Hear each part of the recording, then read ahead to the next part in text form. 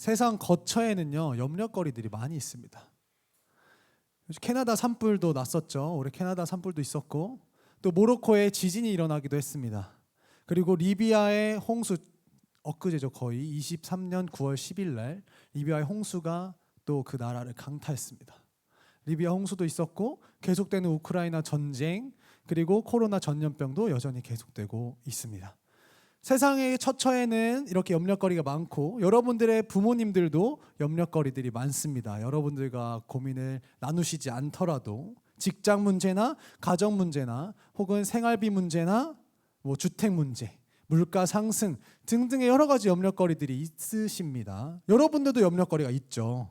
여러분들 코앞으로 다가오고 있는 중간고사 추석 전 후에 있는 걸로 알고 있는데 또 여러분들 친구 사이의 문제들도 많이 일어나는 것 같아요. 저 친구와 나와 또 친구와 친구 사이에 껴있는다 등등해서 문제들이 많은 것 같습니다. 그리고 공부 문제, 진로 문제, 이성교제 문제 등등 여러 가지 염려거리들이 여러분들에게도 참 많습니다. 오늘 말씀해 보면 이 빌립보 교회도 염려거리가 많았어요. 빌립보 교회는 어떤 교회냐? 빌립보 교회는 바울 사도가 제2차 전도 여행 때 세운 교회예요. 그리고 유럽에서 최초로 세워진 교회가 바로 이 빌립보 교회입니다.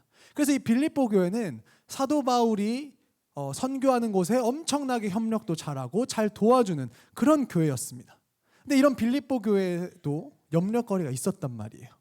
이 빌립보 교회는 어떤 염려거리가 있었냐면 외적으로는 핍박이 염려거리였습니다. 핍박. 율법주의자들의 핍박을 받고 바울 사도가 복음을 전하다가 감옥에 갇히는 일도 발생했습니다. 내적으로는요 분열이 일어났어요. 서로 교회 안에 성도들이 분열이 일어나서 다투는 것입니다. 여전도의 지도자들이었던 유오디아와 순두계도 싸우고 다투는 일이 발생했었습니다. 지도자들끼리도요. 개인적으로는 가난이 염려거리였어요. 이 교회의 가난했기 때문에 걱정이 참 많았습니다. 바울을 향한 마음과 이 복음을 향한 마음이 정말로 아름다웠던 이 빌립보 교회에도요 여전히 염려거리가 있었단 말이에요. 그래서 이런 염려들을 가진 이 빌립보 교회에게 바울이 사랑하는 마음으로 편지를 써서 염려 극복 처방을 내려줍니다. 염려 극복 처방. 바울이 내린 염려 극복 처방은 무엇일까요? 다 같이 빌립보서 4장 6절 읽겠습니다. 앞에 보시고 준비 시작. 아무것도 염려하지 말고 다만 모든 일에 기도와 간구로 너희 구할 것을 감사함으로 하나님께 아뢰라. 첫 번째 처방은요 염려하지 말라는 것이에요. 염려하지 말라. 바울이 내린 처방 염려하지 말라. 그런데 여러분들 우리는요 이 세상에 살아간 우리들은요 나도 모르게 염려를 하게 돼요. 그렇죠? 이 세상에 걱정거리가 너무 많고 어려운 일들이 많기 때문에 순간적으로 염려하게 된단 말이에요. 나도 모르게 마음속에 염려가 생긴단 말이에요. 그러면 염려하지 말라는 이 성경 말씀 우리가 어떻게 지킬 수 있을까요? 염려를 하지 말라. 여기서 이 염려하지 말라는 말씀의 뜻을 조금 더 정확하게 파악하면 좋아요. 염려하지 말라는 이 말씀의 뜻은요 그 염려에 계속 사로잡혀 있지 말라는 뜻이에요. 사로잡혀 있지 말라. 순간적으로 나도 모르게 염려가 생길 수는 있죠. 그러나 그 염려를 계속 마음에 두거나 그 염려를 계속 머릿속에 생각하고 신경 써서 사로잡히지 말라는 뜻입니다. 한번 예를 들어볼까요, 여러분들? 혹시 지나가다가 혹시 새똥 맞아본 사람, 새똥 맞아본 경우 있는 친구? 새똥. 난 맞아봤다. 오, 선생님이 계시네요. 누구시? 시우도 맞아봤군요. 새똥을 맞아봤다. 여러분들 새똥 있잖아요. 만일 새가 날아가다가 똥을 싸요. 그러면은 머리에 떨어질 수 있을까요? 없을까요? 떨어질 수 있단 말이에요. 근데 그 새똥이 떨어지는 거를 내가 무조건 다 피할 수 있을까요? 아니에요. 우리가 하늘만 보고 걷는 게 아니잖아요. 새만 쳐다보고 걷는 게 아니잖아요. 새똥이 떨어지는 건 어쩔 수 없이 맞을 수도 있는데 새가 내 머리에 그러면 둥지 새가 내 머리 위에 둥지를 짓는 거는 막을 수 있을까요? 없을까요? 막을 수 있죠. 만약에 새가 계속 와가지고 둥지 짓는 동안 가만히 있으면 안 되잖아요.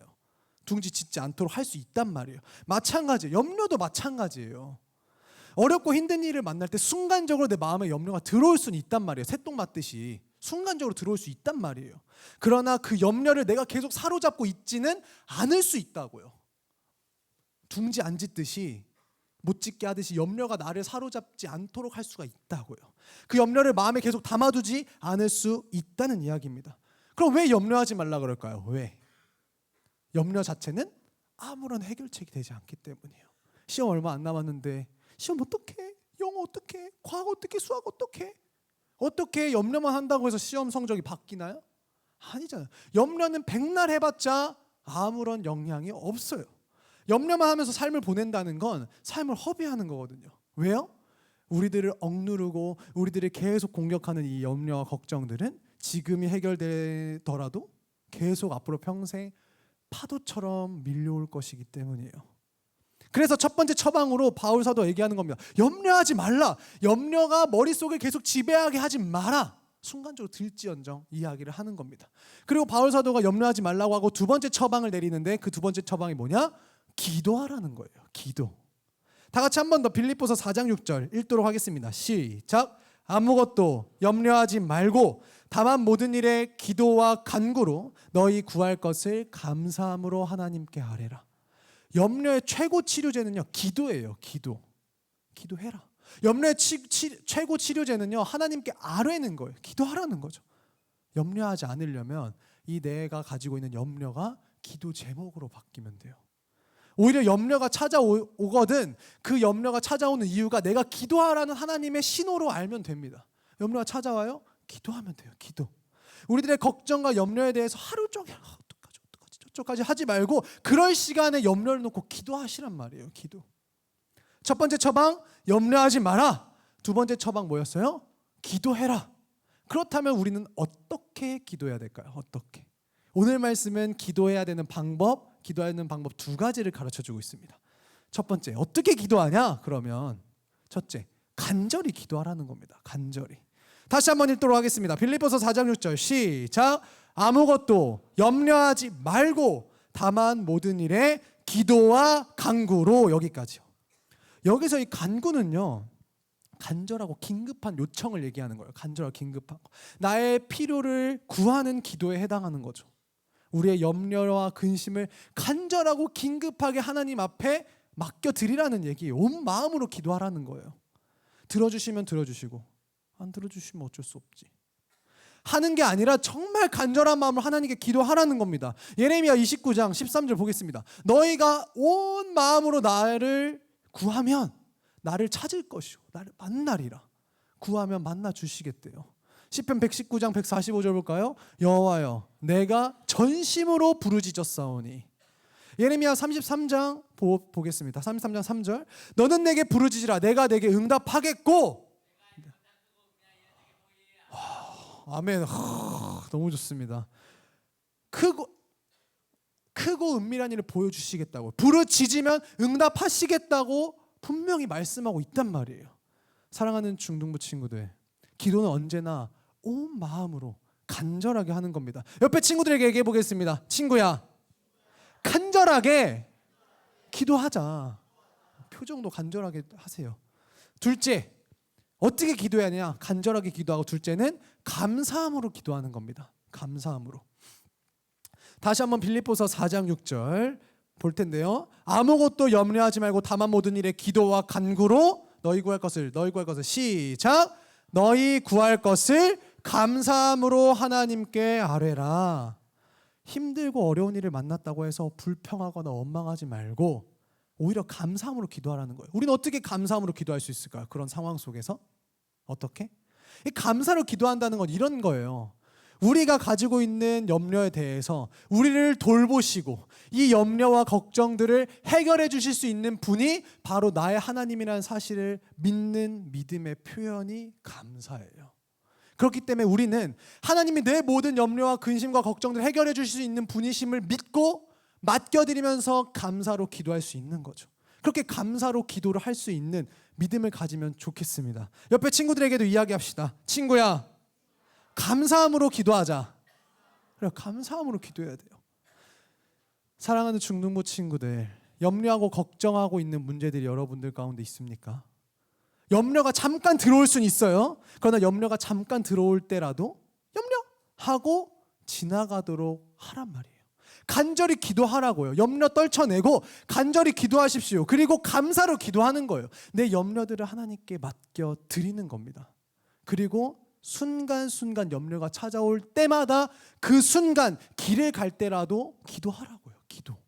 목사님도 이제 월요일 날 대학원 수업이 있기 때문에 학교를 가는데, 학교를 갈 때 버스를 타기도 하고 지하철을 타기도 합니다. 그럴 때마다도 목사님은 생활 다닐 때 기도하면서 걸어가기도 해요.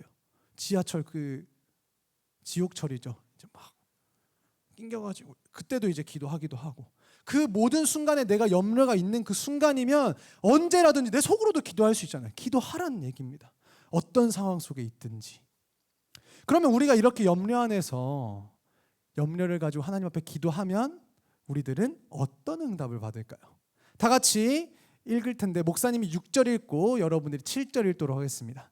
아무것도 염려하지 말고 다만 모든 일에 기도와 간구로 너희 구할 것을 감사함으로 하나님께 아뢰라. 그리하면 시작.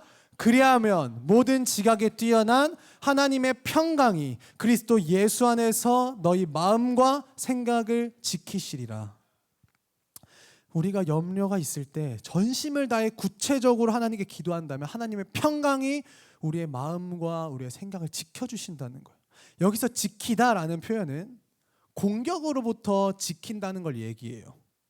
염려라는 건 뭘까요? 염려는요, 나를 사로잡기 위한 사탄의 공격이에요. 염려. 어떤 문제가 있어요. 그 문제 때문에 하루 종일 머리 쓰고 염려에 사로잡혀 있는 거, 우리를 무력화시키기 위한 사탄의 전략이란 말이에요. 왜요? 생각은 마음의 통로예요. 생각은 마음의 통로. 그래서 어떤 생각을 가지느냐에 따라서 우리들의 마음이 결정이 된단 말이에요. 그래서 마귀는 우리들의 생각부터 공격하는 거예요. 우리들의 생각을 사로잡아서 우리의 생각이 불길하게 만들고 우리들의 생각이 불안하게 만들고, 그래서 염려하게 만들어서 우리들의 마음을 지키지 못하도록 만드는 것이죠. 여러분도 다 경험이 있을 거예요. 뭔가 어떤 중요한 일을 앞두고 별거 아닌데 그게 내 마음을 그렇게 방해하고 염려하도록 만드는 거죠. 별거 아닌데 지나고 보면. 목사님도 저도 설교 준비하거나 이럴 때 종종 중요한 일을 앞두고 이런 방해가 될 때가 참 많습니다. 다 지나고 보면 사실 별거 아니었을 텐데도 공격하는 거죠. 이런 공격들이 바로 우리들의 마음을 점령하기 위한 사탄의 공격이라고요. 근데 이 염려라는 사탄의 공격은요, 그냥 일반 화살과는 좀 달라요. 일반 화살은 그냥 여기에 팍 꽂히면은 여기만 이제 다치게 되잖아요. 근데 독화살과 같아요. 독화살. 그래서 염려라는 공격을 빡 당하면 이제 몸이 마비되는 거죠. 몸이 마비되는 거. 독화살 같은 공격이기 때문에 온몸을 마비시킨단 말이에요. 마찬가지예요. 생각 하나가 딱 들어옵니다. 염려가 딱 들어와요. 내 온몸을 사로잡기 시작합니다. 그리고 내 마음이 마비되기 시작해요. 그게 바로 사탄의 공격이라고요. 그런데 우리가 하나님께 기도하면 하나님의 평강이 우리의 마음과 생각을 지켜주신다는 거예요. 그래서 우리가 우리들의 염려를 놓고 하나님께 기도하는 겁니다. 기도. 그래서 우리 중동부에서는 지금 뭐 하고 있죠? 매일매일 서로 기도하기 위해서 하루 1% 15분만큼 우리 기도하자 하는 기도온 프로젝트를 실시하고 있습니다. 그렇죠? 그래서 각 학년별로 1학년, 2학년, 3학년 톡방에서 매일 15분 이상 기도하고, 자기가 기도하던 순간 어느 때든지 상관없이 사진을 찍어서 기도 인증을 합니다.